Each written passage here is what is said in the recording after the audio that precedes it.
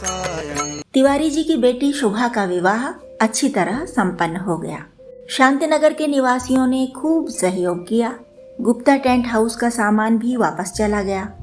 जहां जहां देनदारी बाकी थी सब चुकाकर हल्के हुए। अधिकतर संबंधी लौट गए थे। तिवारी जी की बड़ी दीदी अपनी नातिन इंदिरा के साथ आई थीं। वे ही बोली, तुम लोग निश्चिंत न हो जाओ, अभी समधियों के पूरे परिवार को निमंत्रण देना है। एक दिन भोजन मनोरंजन सब होना चाहिए। बेटी की ससुराल के कुटुंबी जन आते हैं और आवाजाही की राह खुलती है। इससे सबका टीका भी होगा। भेंट उपहार न भी हो तो विदाई मिठाई से तो होगी ही। बात करो, दिन तय करो, देर न करो। मैं भी चली गई तो फिर तुम ही लोग घबराओगे। तिवारी जी ने शुभा के ससुर से संपर्क किया तो उन्होंने पहले मना किया, इसे अनावश्यक रस्म बताया, लेकिन बाद में अपने कुछ मित्रों का अनुरोध आगे कर दिया। उनके मित्रों का कहना था कि शांतिनगर वाले पंडित राम भक्त जी से कुछ सुनने का अवसर मिले। उस समय तो तिवारी जी ने देखता हूँ बात करता हूँ कहकर फोन रख दिया। लेकिन जब दीदी और पत्नी से सलाह ली तो सबको एक ही झिझक सताने लगी। पंडित जी ने बहुत सहयोग किया है, अब उनका एक और दिन खराब करवाएं। कैसे बर्बाद करवाएं उनका दिन? यह तो उंगली पकड़कर पहुंचा पकड़ने जैसी बात हो गई।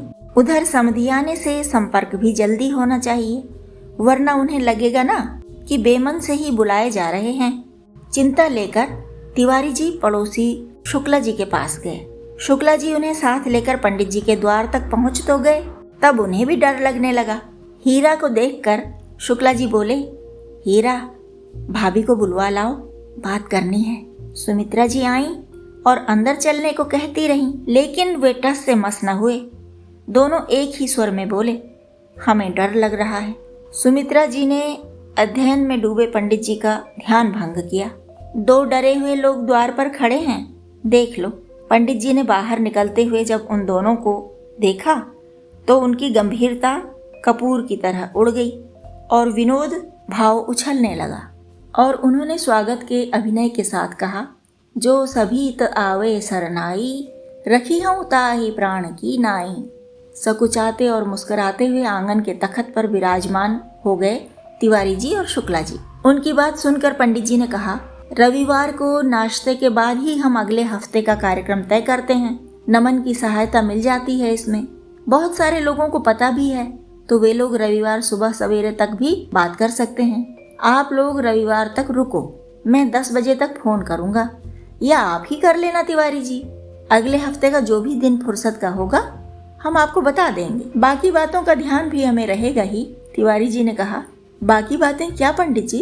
पंडित जी ने उत्तर दिया, पहली बार संबंधियों का न्योता है, शगुन विचार भी करेंगे ना, ठीक है।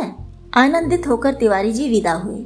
रविवार को 10 बजने से पहले ही पंडित जी ने तिवारी जी को फोन किया, तिवारी जी कल का दिन रख लो या फिर शुक्रवार, यही दिन निकल पाएंगे, सोच लो और मुझे 1 घंटे के अंदर सूचित कर देना। तिवारी जी ने तुरंत कहा, मैं उनसे बात कर लूं, कल का दिन हो जाए। शुभस्य शीघ्रम, आपसे ही सीखते हैं ना हम लोग। और 1 घंटे में तय हो गया कि कल दोपहर का खाना साथ होगा और फिर पंडित जी से कुछ सुना जाएगा। 10 लोग आ रहे थे और इधर के भी दर्जन भर लोग थे। काम तो बहुत होगा, इसलिए नीलम को सुबह से ही तिवारी जी के घर सहयोग के लिए भेज दिया गया। भोजन संपन्न हुआ। सभी लोग हॉल में आ बैठे।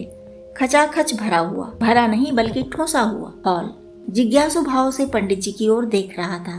पर्दे की ओट में बाहर से नीलम भी कान गड़ाई थी, उसे भी अपना घट भरना है। पंडित जी ने सबकी उत्सुकता देखी तो बरबस मुस्कुरा दिए, बोले, क्या सुनना चाहते हैं आप लोग? कई लोग बोल पड़े, जो आप चाहें कुछ भी सुनाइए। पंडित जी ने अतिथियों के मुखिया पर दृष्टि टिका दी। उन्होंने हाथ जोड़कर कहा, कुछ भी सुनाइए पंडित जी, हमारे लिए तो सब नया ही होगा। ऐसा शुभ अवसर हमें पहले तो कभी मिला नहीं। पंडित जी ने तनिक आंखें मूंदी। विघ्न विनाशक गणपति और माँ शारदा को अपना मानस प्रणाम अर्पित किया।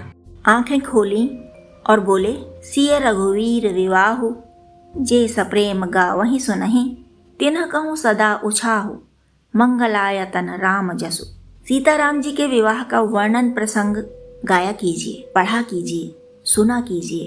अमंगल दूर करने वाला, मंगल घट भरने वाला प्रसंग है। इस समय में जब विवाह बड़ी आयु में हो रहे हैं तो तालमेल में अधिक कठिनाई होती ही है। ऐसे में राम सिया विवाह का गायन घर के पूरे वातावरण में शुभता भर देता है, सबके मन को अनुकूल करता है, विघ्नों का विनाश होता है, प्रेम का प्रसार होता है, तनाव घटता है, सामंजस्य बढ़ता है, रीति नीति प्रीति सब विकसित होती हैं, ग्रहों की अनुकूलता बढ़ती है, प्रतिकूलता घटती है। ये जो शुभ मंगल कार्य होते हैं ना बंधु, यही सबसे बड़े अवसर होते हैं जब हम पूरा का पूरा वातावरण बदल सकते हैं। एक नया प्राणी घर आता है, एक नए परिवार से संबंध जुड़ता है। यह इतनी शुभता लाता है कि आप पुरानी सारी अशुभता को दूर कर सकते हैं। अपने अपने व्यवहार में, जीवन शैली में सुधार का भी अवसर होता है। इस पर भी मति अवरोध लगे तो सीधे माँ सीता की शरण लें। जनक सुता जग जननी जानकी, अतिशय प्रिय करुणा निधान की, ताके जुगपद कमल मनावऊं, जासु कृपा निर्मल मति पावऊं। जैसे कोई छोटा मोटा त्योहार भी आता है तो उसकी तैयारी में हम सबसे पहले घर की सफाई करते हैं, तब तन की स्वच्छता आती है। इसी तरह मन की और आत्मा की स्वच्छता भी अनिवार्य है। इस समय की जीवन शैली में घर और तन की स्वच्छता तो बची है, लेकिन आत्मा की स्वच्छता का विचार करना हमने छोड़ ही दिया है। श्रोता मंडली से प्रश्न उठा, और मन की स्वच्छता? पंडित जी ने कहा, उस पर ही आ रहा हूँ। मन की स्वच्छता भी हम सायास नहीं कर रहे हैं, वह प्रकृति के द्वारा ही हो रही है। जब किसी संकट में पड़ते हैं, दुर्घटना में फंसते हैं, कोई बड़ी हानि झेलते हैं, किसी प्रियजन को खो देते हैं, तब कहीं मन के मैल की परतें उतरती हैं। तब हम थोड़ा बहुत दूसरों के बारे में सोचना और समझना आरंभ करते हैं, लेकिन आत्मा की स्वच्छता पर हमारी दृष्टि ही नहीं है। यह बहुत घातक होता है। आगे की यात्रा कठिन और कठिन होती जाती है। आत्मा की अशुद्धि से मैल का बोझ बढ़ता जाता है, अशुभता बढ़ती जाती है, कर्मों का ऋण बढ़ता जाता है। श्रोता समूह से ही एक प्रश्न उठा, इस दौर में कैसे धर्म अधर्म की पहचान करें? सब तो घपला ही घपला लगता है।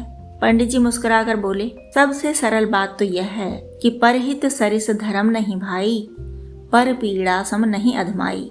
इतना ही याद रखें और विवेक के साथ इसे अपनाए रखें तो जीवन यात्रा अच्छी हो सकती। पंडित जी के पास फिर अनुरोध आया, विवेक के साथ अपनाने की बात जो आपने कही, इसे समझा दीजिए। पंडित जी बोले, किसी भी नियम को यदि हम विवेक के साथ प्रयोग नहीं करते तो बंदर के हाथ उस तरह जैसी बात हो जाती है। जैसे कि परहित को धर्म कहा गया है, यह सिद्धांत विवेकी व्यक्ति बहुत अच्छे से प्रयोग कर लेगा। अपने घर परिवार का और संपर्क में आए सभी व्यक्तियों से भली भांति निभा लेगा। वहीं एक अविवेकी इसका ऐसे प्रयोग करेगा कि किसी का हित होगा तो उसके दुष्प्रभाव से दूसरे का अहित हो जाएगा। जैसे कि घर का मुखिया अपने परिवार की आवश्यकताओं को अनदेखी करके दूसरों पर धन लुटाए और कहे कि मैं तो परहित कर रहा हूँ, धर्म कर रहा हूँ। एक गृहिणी भोजन बनाए और बाहरी लोगों के आने पर उन्हें अनुरोध कर करके खिला दे, लेकिन घर के बच्चे खाली पेट छुप छुप कर रोते रहें, रोते रोते सो जाएं। यह तो धर्म नहीं हुआ, अधर्म ही हो गया ना। यशलोभी व्यक्ति ऐसे अधर्म करते ही रहते हैं और पूरा जीवन उनका प्रायः इसी भ्रम में निकल जाता है कि उन्होंने तो बहुत पुण्य किए हैं, वे तो बड़े धर्मात्मा हैं। अच्छा है कि गृहस्थी के आरंभ से ही इन बातों को सतर्कता के साथ समझा जाए, सीखा जाए, जीवन को ऐसे जिया जाए कि प्रकृति स्वयं आनंद बरसाना चाहे आपके ऊपर। श्रोताओं का मुग्ध भाव देखकर पंडित जी की वाणी से सरस्वती का प्रवाह बढ़ता ही चला गया। राम रसा